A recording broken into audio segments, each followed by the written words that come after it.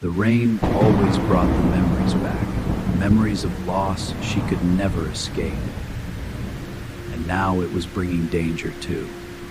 The storm clouds gathered, just like they had on that terrible day years ago, bringing back the fear she thought she'd buried. She held her child tight, as if love alone could keep the storm away. But the water kept rising. The pass flooded back, a storm that took everything she loved. And now history felt ready to repeat. The water began to rise, creeping toward the only home they had. She had to act fast. Inside, the first signs appeared, water slipping under the door like an unwelcome guest. Her heart raced. She packed what she could, essentials for survival in the rising flood. But time was slipping away too. No signal, no help coming. Thunder shook the trailer, and her hope faded further. The storm showed no mercy. But something was coming to change everything. High on the peak, a guardian stood, facing the valley, listening to the storm. He sensed somebody needed help. He stood listening and heard the cry somebody was trapped. And so he ran toward the valley to help them. A distinct wet scratch at the door cut through the storm's roar. She froze, shielding her child tightly, hesitation written across her face. Out of the storm, a guardian appeared. Calm, unwavering, waiting at the door. She opened the door cautiously, and there he was. A dog, standing steady against the flood. She let him in, and he offered comfort without words. The storm raged on, but inside something changed. The calm was short-lived. Water flooded in aggressively. Mom stood up quickly. Echo followed alert. Water rose quickly toward them. The little one began to cry. Echo stood guard, ready once more.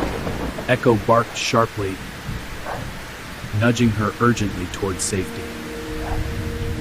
She moved quickly, following his lead.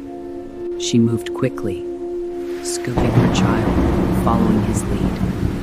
Echo stayed close, guarding them from the flood. They stepped out into the flood, water rising around them. Echo led the way, strong and sure. A massive current surged from the side, taking complete control, dragging him downstream. He was helpless, swept farther away. After being swept behind, he regained footing and barked once to keep her moving forward. She pressed forward, following his path, toddler clinging tightly, relief in her eyes as they moved on through the endless flood. Echo reached the slight rise and turned back to bark encouragement. She pressed on, following his call. Exhausted, they sat on higher ground, tired and broken, the storm still echoing. Echo stood guard, alert and unwavering. The higher ground felt safe, but the flood was still rising beneath them. A surge crashed up, and he slipped away. Echo reacted instantly, leaping toward the child already swept away. He swam with everything, but the distance only grew.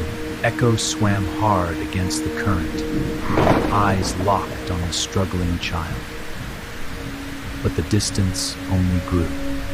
Debris crashed into his leg, a violent blow that shook him deeply. He winced but swam on without slowing. The current pulled him under, bubbles rising as he thrashed. He resurfaced determined, swimming on. Echo reached the child, Grabbing the onesie and pulling him onto his back, he swam forward, bringing him home. She waded deeper, crying as she reached to help pull them back, together toward the bank. She looked at Echo, tears streaming as she reached out, slowly touching his wet head, a moment of thanks. She pulled a dry blanket from the bag, wrapping it around her child, then draped part over Echo's back, a gentle moment of thanks. First gray light of dawn, rain slowing to drizzle. They huddled together under the blanket, resting at last. In the gray dawn light, she wrapped his injured leg with gentle care, a quiet act of thanks. In the stillness of night, she laid down with her child. Echo watched over them, eyes open, even through his pain. She whispered thank you again, voice breaking as she reached out, but Echo stepped back gently, a silent goodbye. Echo looked at them one last time, soft eyes full of calm, a final, quiet moment. He turned toward the horizon and started walking away. Limping slightly into the light, she stood watching him go. Echo was going to save someone else, somewhere.